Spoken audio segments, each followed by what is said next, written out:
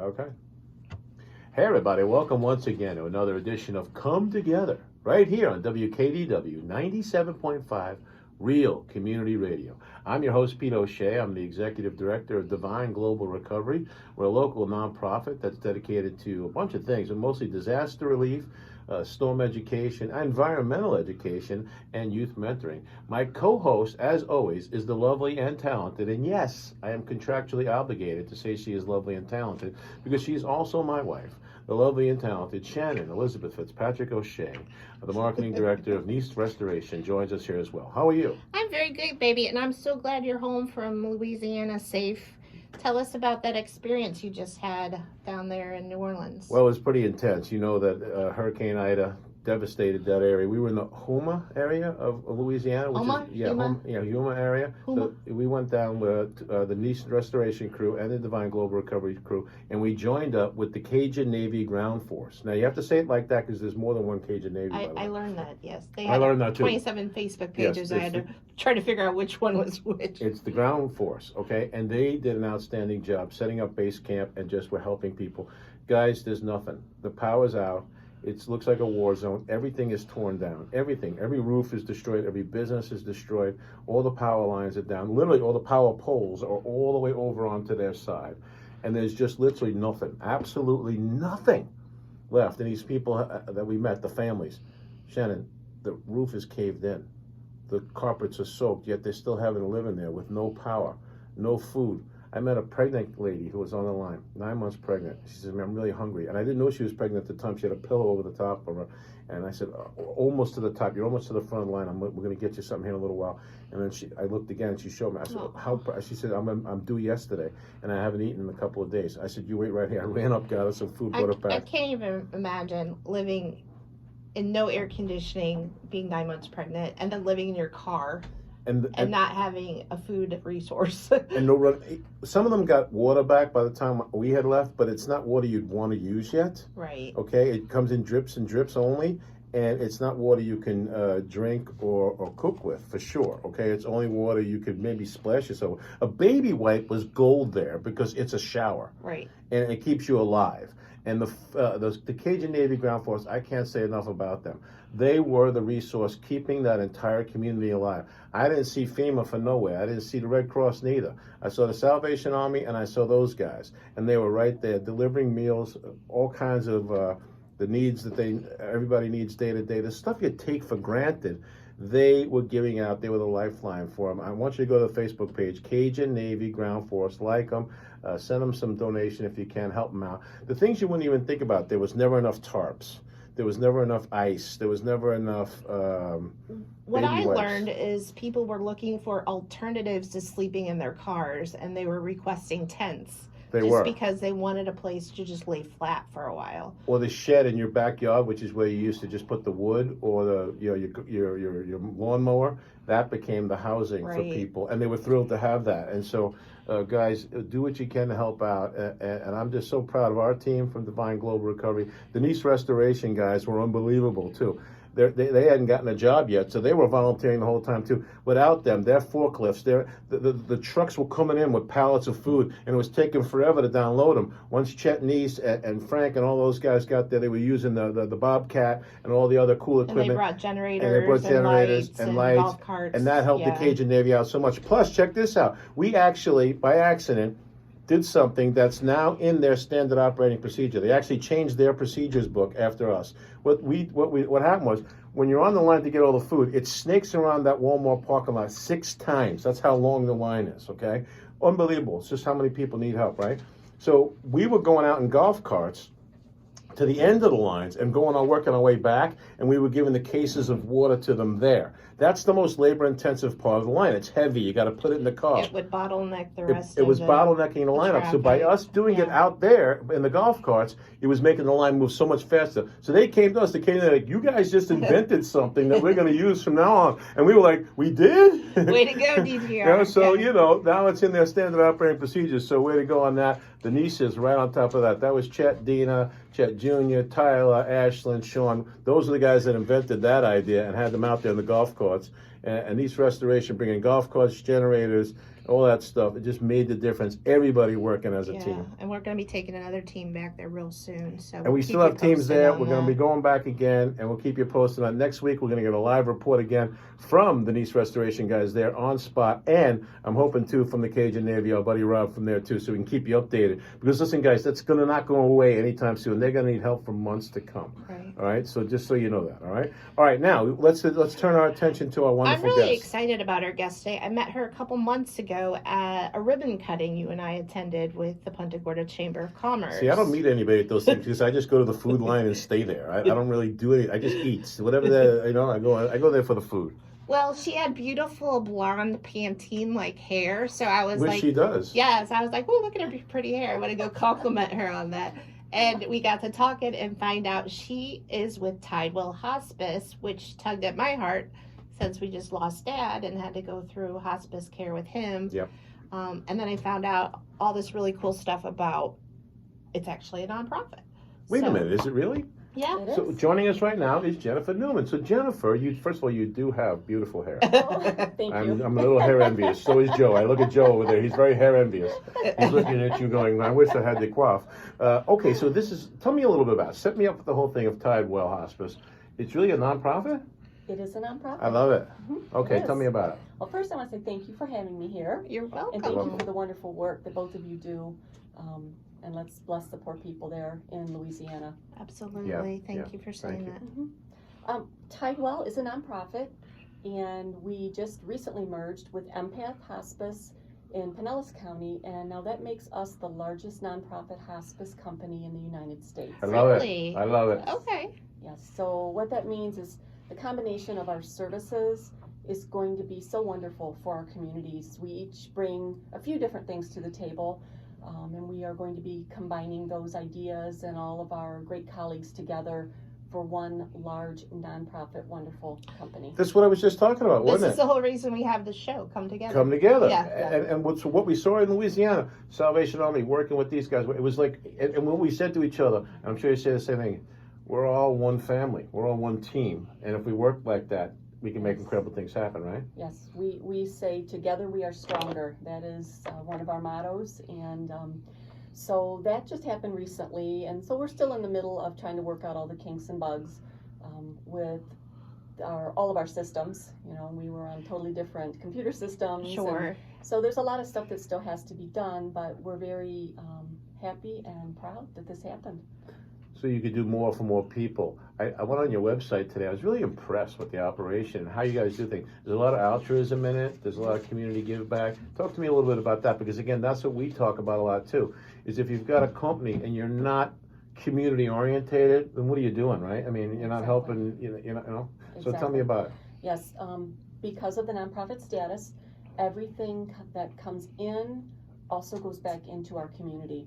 So we have a lot of wonderful donors, and we have, well, pre-COVID, we had about 1,200 volunteers. Right now, we're down to about 800 volunteers. That's just people in our community that give their time and their great talents to help us. Could not do it without donors and our volunteers. Tidewell has a foundation where people can donate, and the great thing about the foundation is they can actually see where the money's going. They can actually choose if they want it to go to a certain program that we offer, because we have a lot of different things that they can put it towards. We have a humanitarian fund, which we use to actually help people maybe pay an electric bill, pay rent. So just general benevolence. Yes. I love that. Of course, we have grief counseling, and that is not only for our patients and families, that is for anyone in our, what's more than 4 service county. Tidewell itself is in 4 counties right now. We're in Charlotte, DeSoto, Manatee, and Sarasota. So if we have someone living in that community that needs our help, needs grief counseling, they can call us and get that absolutely free, including children with our Blue Butterfly Family Grief Center. I love that. And we saw that location down in Fort Myers, I think, is it in Port Charlotte. In Port Charlotte, right. Yes. Yeah, similar to Valerie's house, but they're just strictly for kids. This one is for our Blue Butterfly Family Grief Center is for children. We did convert our Ellenton Hospice House in Sarasota County to a total family grief center. The one in Port Charlotte right now is a Blue Butterfly for children ages 5 through 18. Oh, wow. And again, it's free to anyone that needs it. The child comes with their parent or caregiver. They're served a meal while they're there. And it's just a wonderful program. It's peer-oriented, so the kids are with other kids their age, so they can share their story, and they know they're not alone because there's someone like them that's experiencing that. And they can communicate to each other in ways we can't, and that's what I love about it, so that's really cool. So let's go over the basics for people who may not understand it. Again, Shannon and I just lived through it because her dad just passed, and we know what hospice care is, but somebody maybe doesn't. So give them the overall basics of what hospice care is about. Well, absolutely. Hospice is so misunderstood, and I find that all the time when I'm out speaking to people within the community. There's a lot of myths, there's a lot of fear. Yeah. And truthfully, hospice is a wonderful thing. It's nothing to be feared. If someone is at that point in their life, it's better to have great care. It's better to have people there, and not only to care for the patient, but the family, because we embrace the whole family. It's not just the patient. We are there to support the family because they're going through this too, just like that patient. But so many people do not get hospice services soon enough. And that's the biggest thing we hear after someone has our services. We hear it from the family that either we wish we had known and we wish we had called you sooner. The quality of life at the end that you provide for people so that it's peaceful and not so painful is significant, again, like you said, for the whole family. But there is that misnomer of it that's like, oh, that's the death bell. Right. Kind of thing, right? Right. But it's so not true, is it? It's not even close to right. It's not true at all. We don't focus on the end. We focus on living, and we try to make sure that that patient and family can get the most out of the time that's left. And that's why it's so important to start the hospice care soon. Don't wait until the patient is in the hospital and just needs a place to go to pass away. People are eligible for hospice if they have a life-limiting illness and the doctor gives them a prognosis of 6 months or less. Now that doesn't mean that after the end of 6 months, if that person is still living, that they're booted off. Gotcha. They can get recertified. Sure. So 6 months is that guideline. They have to have basically a terminal illness, not just cancer. People seem to think that we only take cancer patients, but it's any type of life-limiting illness, Parkinson's, any type of dementia, Alzheimer's, heart disease. So it's any illness like that. And if they come on service when they get that diagnosis, or prognosis I should say, they start getting our care, and they have someone coming in on a weekly basis because our patients are in their homes.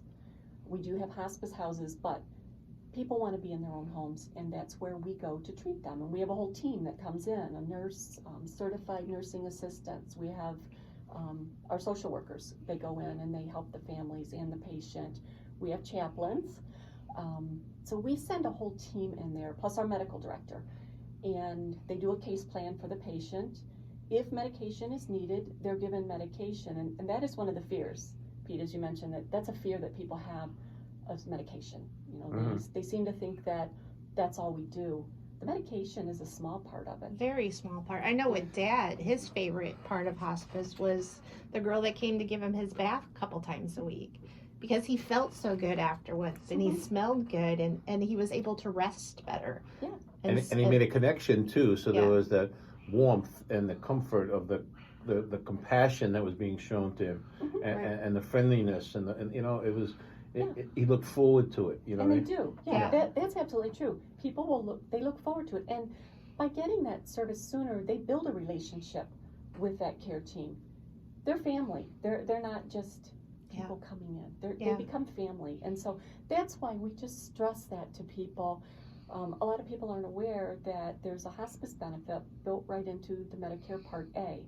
Really? So everything related to that hospice diagnosis is covered 100% under that benefit. See, people don't know that either. They do not know that. And what's really important, as part of that, all of the medical equipment is paid for.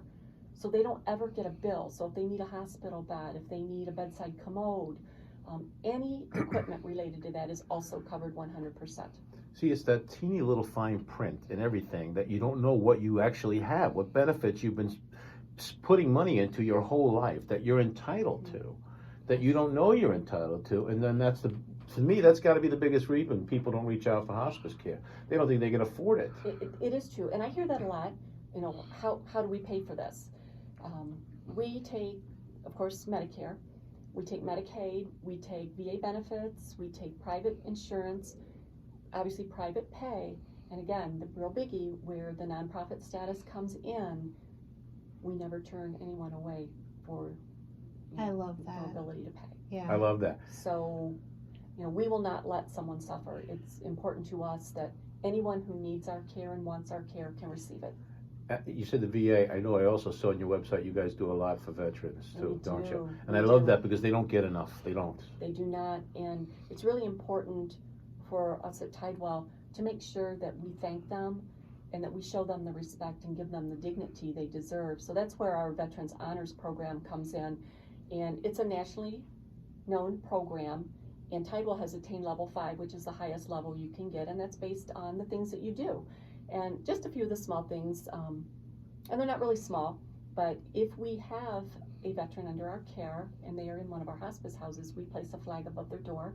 So everyone who comes in there knows that we have a veteran. And And thank them. And they say freedom's not free. And thank you. That's It's right. a sign of dignity and honor. Respect. Yes, It is. Sign of respecting respect. that. Appreciation. Absolutely. And if that patient is able to help with a legacy project, it's something that we will do with them. And it's basically something tangible that they can leave and give to their family. Oh. So, awesome. yeah, so we do things like that. We honor them with a beautiful, it's a Tidewell Hospice Honors pin for veterans. We do a ceremony, and it's, the big thing about the ceremony is that we want to use a veteran volunteer that we have to do the ceremony and actually place the lapel pin on that veteran.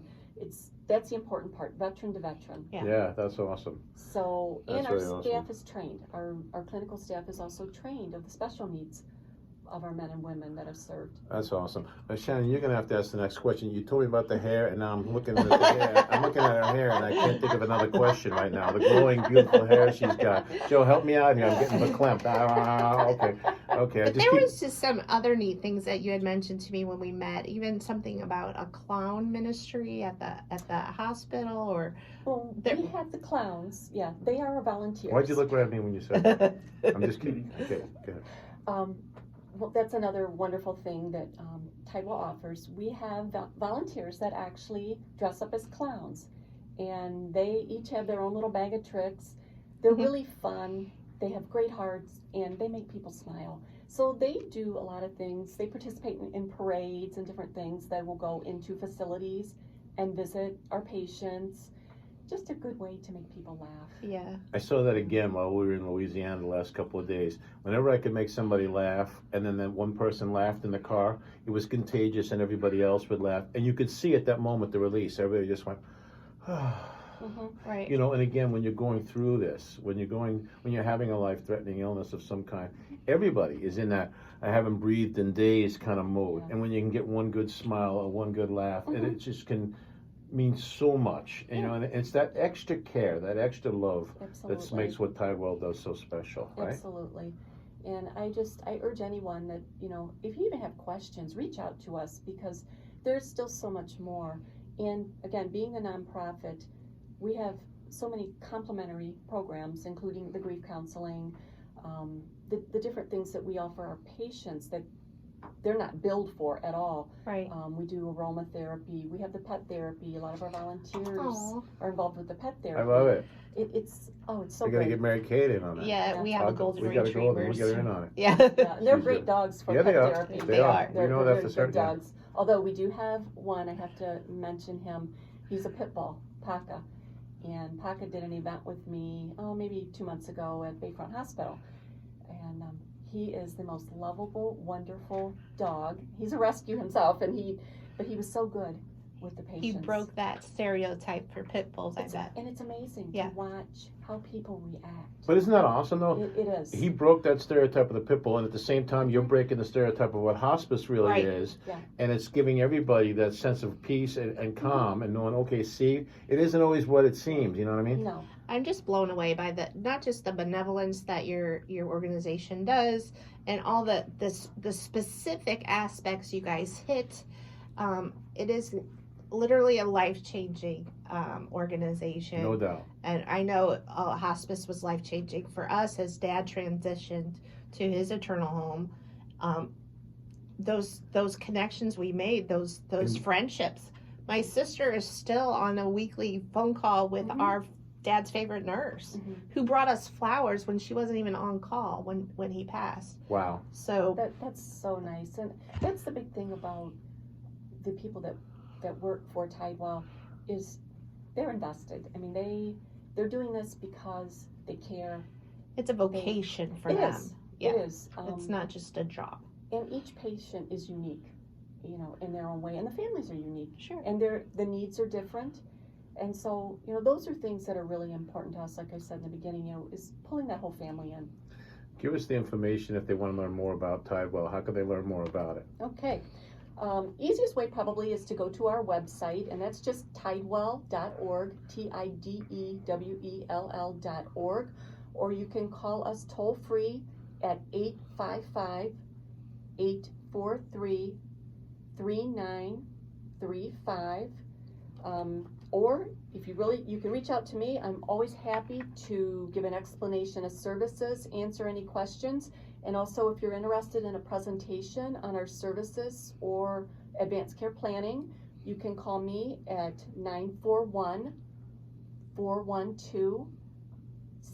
941-412-7197.